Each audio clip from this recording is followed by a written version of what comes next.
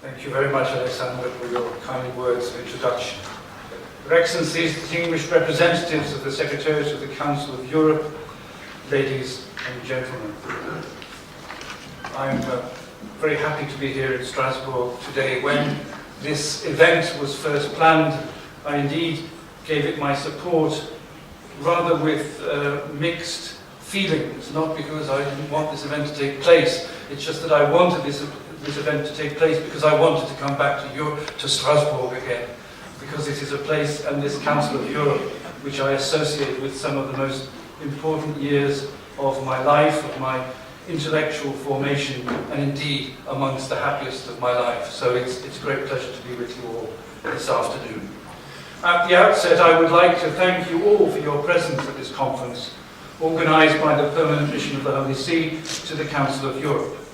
A special word of thanks is due to His Excellency Judge Mgr Gallagher, President of the European Court of Human Rights, and to Professor Emmanuel Decaux, Professor Emeritus of the Panthéon University, who have also agreed to have offered presentations during this dialogue on the question of the universality of human rights.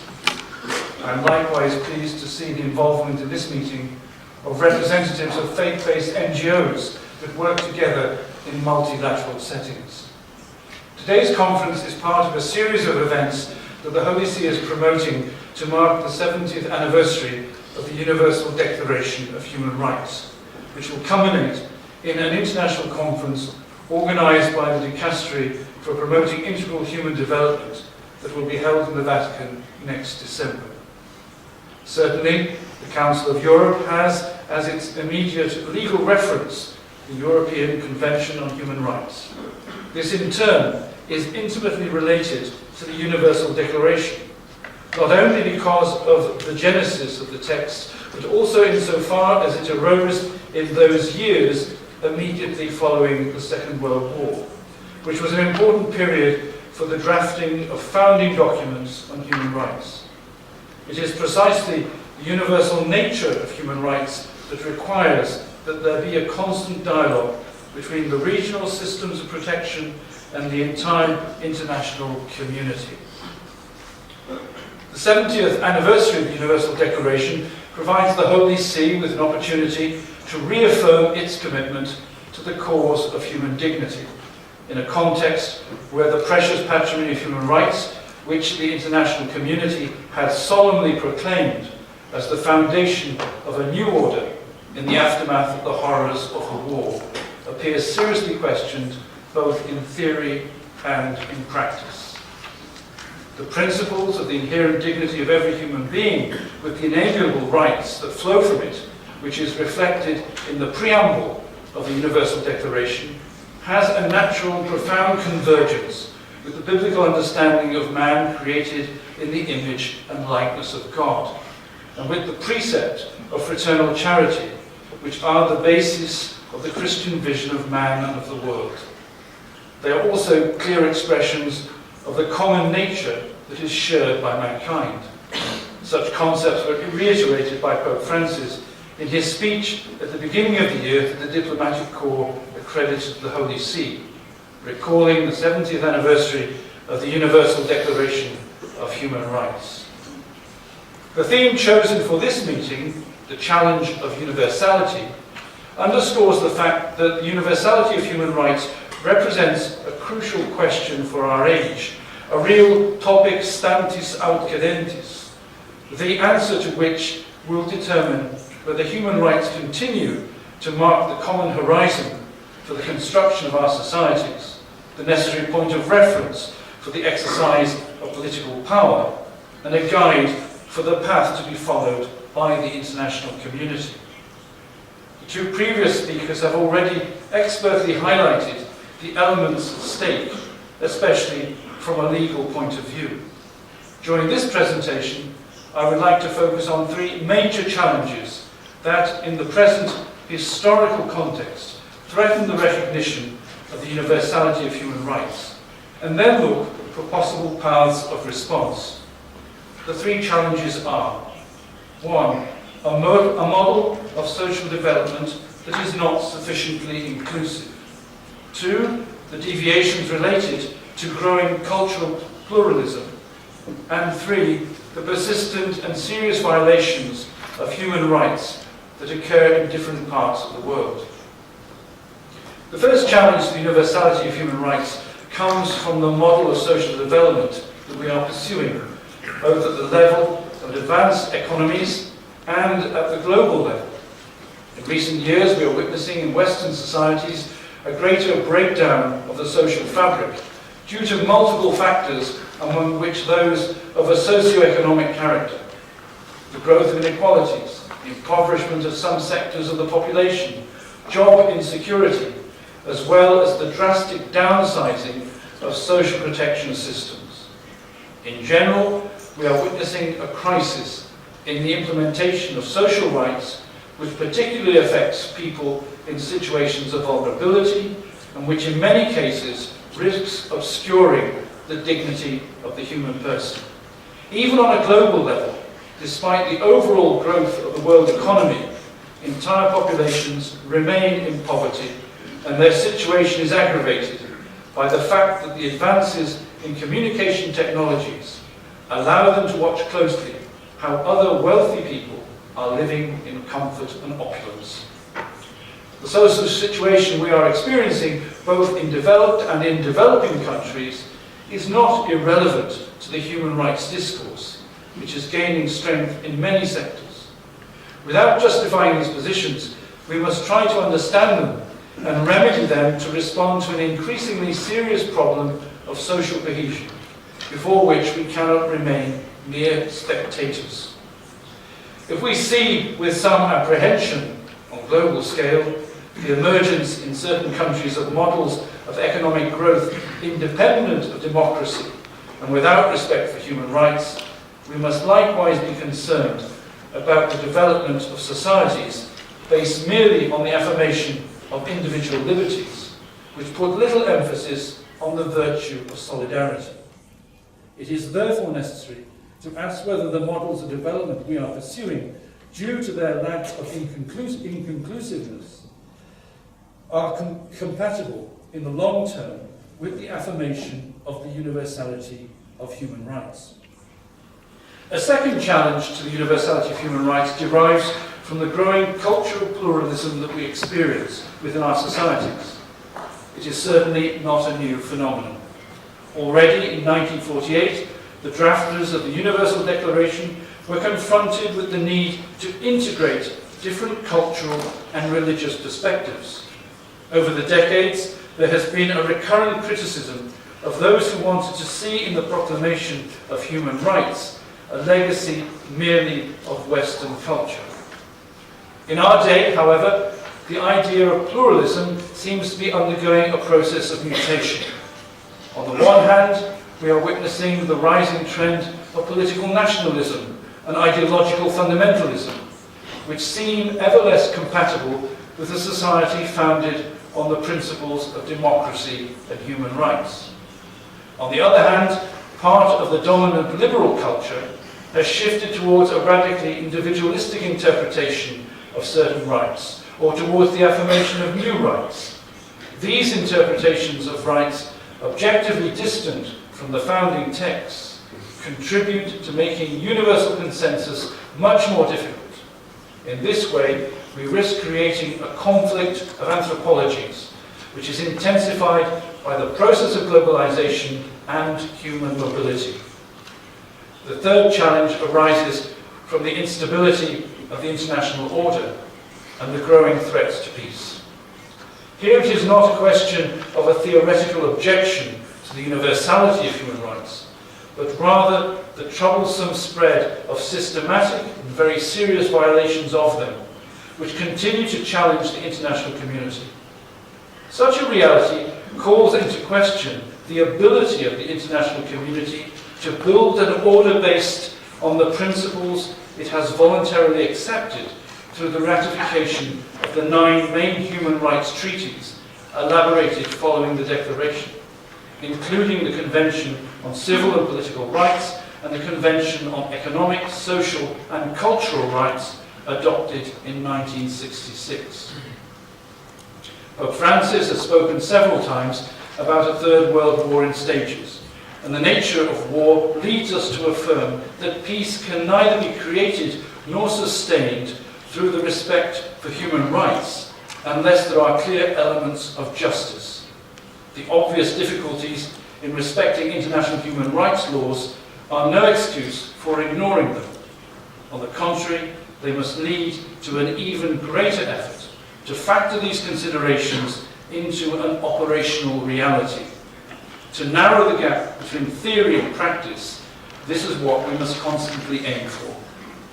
The three above-mentioned challenges to the universality of human rights are among many that could potentially be discussed. At this point, I would like to offer some possible solutions from the perspective of the Holy See, which are inspired by the social teaching of the Church, as well as the prospects that the Universal Declaration may offer us 70 years later, recalling that Pope John Paul II defined the Declaration as a milestone on the long and difficult path of the human race. With regard to the first of the challenges indicated, concerning the insufficiently inclusive model of social development currently in evidence, it is fundamental to return to an essential aspect of the Universal Declaration, namely the simultaneous affirmation of political and civil rights, together with economic, social and cultural rights. It seems to me a crucial point, one that is often forgotten, that the protection and promotion of the former have different dynamics than the latter, but neither category can flourish without the other. When, for example, socioeconomic rights erode, the whole structure of human rights weakens, and civil and political freedoms are more vulnerable to falling victim to the oppression caused by individualistic selfishness or populism. The Universal Declaration summarizes it thusly in Article 22. Everyone, as a member of society, has the right to social security and is entitled to realization through national effort and international cooperation, and in accordance with the organization and resources of each state, of the economic, social and cultural rights indispensable for his dignity and the free development of his personality. End of quotation. As far as the Council of Europe is concerned, I believe we could deepen through the search for greater synergies the interdependence between the rights protected by the European Convention on Human Rights and those protected by the Social Charter. This vision fully reflects what, from the perspective of the Church's social teaching, is called integral human development, which Pope Paul VI summarized more than 50 years ago in the formula, development of every man and of the whole man. First of all, development of every man. To use the words of the 2030 Agenda for Sustainable Development, no one should be left behind. From the point of view of the Holy See, this means giving priority and attention to all human beings, but especially those in a situation of weakness, those at risk of being simply discarded, from the poor to the unemployed, from migrants to young people without education, from women victims of violence to the elderly living in loneliness, to the unborn child, to the disabled. Such attention is expressed in the wide range of charitable and social commitments that the Catholic Church and the numerous Catholic-inspired institutions continue to undertake in the world. Moreover, integral development means the development of the whole man, that is, of the person, in all his dimensions, starting from the basic needs of survival, the right to education, the possibility of participating in community life, and including the need to live freely one's religious faith and beliefs. Perhaps we easily forget how the promotion of an integral humanism is an essential element for the growth of democratic societies. The goal of promoting the fundamental freedoms of every person is inseparable from that of building a just society. This is a reflection on the universality of human rights. Turning to the second challenge, that of a growing cultural pluralism, I believe that an answer must be sought in the robust affirmation of the right to freedom of religion, which is a condition for mutual respect and for real equality in the context of a pluralist society. religious freedom takes on a particular importance in the building of human rights, since it protects that relationship with the ultimate goal of existence, which constitutes the core of the transcendent dignity of the person, in which the different visions of man are also reflected. We know that freedom of religion is not limited merely to freedom of worship or professing one's faith.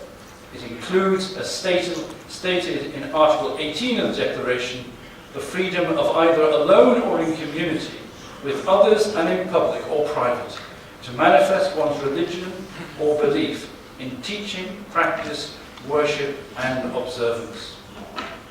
Freedom of religion demonstrates the open character of a democratic society. It means recognizing the limits of the state's competence when it comes to questions at once both intimate and ultimate in their individual and communitarian dimensions.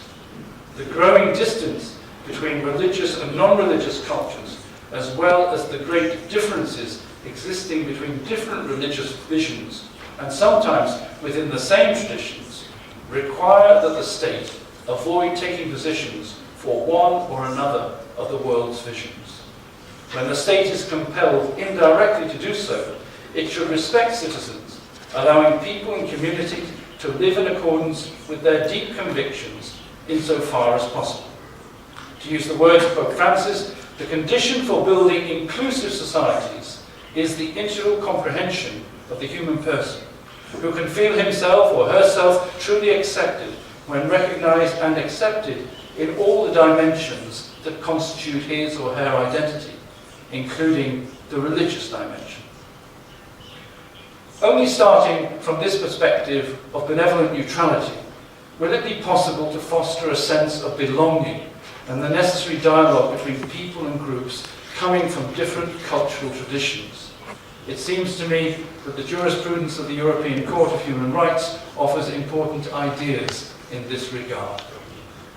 Although the task is certainly difficult, it is indispensable to promoting the affirmation of the universality of human rights. Indeed, it was by means of such cultural and religious traditions that through the course of history were forged our understanding of the human person and of his inalienable dignity. We must recognize that a correct affirmation of the universality of human rights is not possible without considering these historically and culturally determined approaches, and indeed that it depends on them. Together with the rich tradition it offers, each vision also carries certain limitations, which can be understood through an open dialogue with other worldviews. Anyone wishing to succeed in the challenge of mediation by way of an abstract and a historical universal affirmation of human dignity and its values would commit a tragic error, because such an approach would end up extinguishing the very lifeblood that nourishes in the hearts of the men and women of our time a sense of respect for the dignity of the human person. Certainly, an increase in pluralism can make it challenging to find a common understanding of the way in which these fundamental values are to find their expression in the context of a complex society. It is precisely on this point, in fact, that respect for freedom of religion can be of great help through the search for reasonable compromises and the recognition of necessary spaces for conscientious objection. These are elements that, far from breaking social cohesion, can promote it, expressing the acceptance of the different difficulties of living together, respect for the other, and the plurality of points of view, as well as a recognition of the need to walk together in the common search for that which protects the universal dignity of the human person. Finally, the third challenge concerns the instability of the international order, with widespread and serious violations that continue to be registered in many countries. This is a grave challenge that often leads to doubts about the effectiveness of the human rights-based approach to the well-being of humanity and the building of peace in the world. There are, of course, no easy answers to this challenge, but it seems to me that a path that might be opened by considering what is referred to in Article 1 of the Declaration. After having affirmed that all human beings are born free and equal in dignity and rights, the Charter adds. They are endowed with reason and conscience and should act towards one another in a spirit of brotherhood. This is an essential and perhaps too often forgotten point. The whole framework of the human rights presupposes as a condition sine qua non the recognition in a spirit of fraternity that my rights and the rights of the other are interconnected and interdependent. Hence, if the dignity and rights of others are disregarded or trampled underfoot, then even my dignity and rights are in jeopardy. This is what we are witnessing more and more frequently. Grave economic and social injustices that affect most of humanity have also a direct impact in Europe. The migrant and refugee crisis has taught us, among other things, this very point. An important lesson can be drawn for a regional system of protection of rights, such as the Council of Europe. Such a system is sometimes faced with increasing difficulties in terms of human rights and runs the risk of closing in on itself, content with its successes, while forgetting that the contribution it can offer to neighbouring countries is as essential part of the protection of human rights, even in its own region. More than 50 years ago, Pope Paul VI said that development is the new name for peace. An integral approach to the question of peace, which includes support for the development of the poorest nations, also implies responsibility for environmental protection, which is an essential part of the promotion and protection of human rights. This teaching is also clearly expressed by Pope Francis in his encyclical letter Laudato Si', where he constantly stresses that everything is interconnected. Respect for our own lives and for the lives of others, a fair economy and the enjoyment of rights, the health of democratic institutions and that of the protection of creation, caring for the environment, promoting justice and safeguarding peace. Everything is interconnected. This could be another way of expressing the universality of human rights. To respond to the many aspects of the global crisis we are experiencing, Pope Francis has promoted in this regard the concept of integral ecology. We are faced, he writes, not with two separate crises, one environmental and the other social, but rather with one complex crisis which is both social and environmental. Strategies for a solution demand an integrated approach to combating poverty, restoring dignity to the excluded, and at the same time protecting nature. I am aware that in adopting this approach, we deviate slightly from the field of human rights as understood in the strict sense.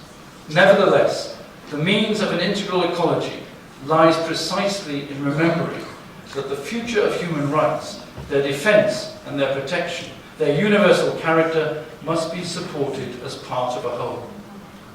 In conclusion, I believe that the 70th anniversary of the Universal Declaration constitutes an opportune occasion to relaunch that faith in fundamental human rights, in the dignity and worth of the human person, and in the equal rights of men and women, given such eloquent expression in the preamble.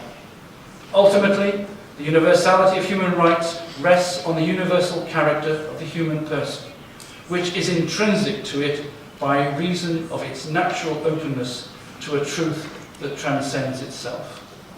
In this openness to universal truth and good lies the foundation of the unity of the human race.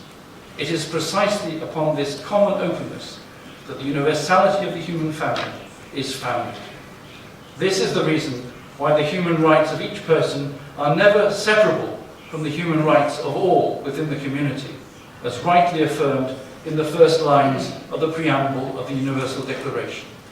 Whereas recognition of the inherent dignity and the equal and inalienable rights of all members of the human family is the foundation of freedom, justice, and peace in the world. And I thank you for your kind attention.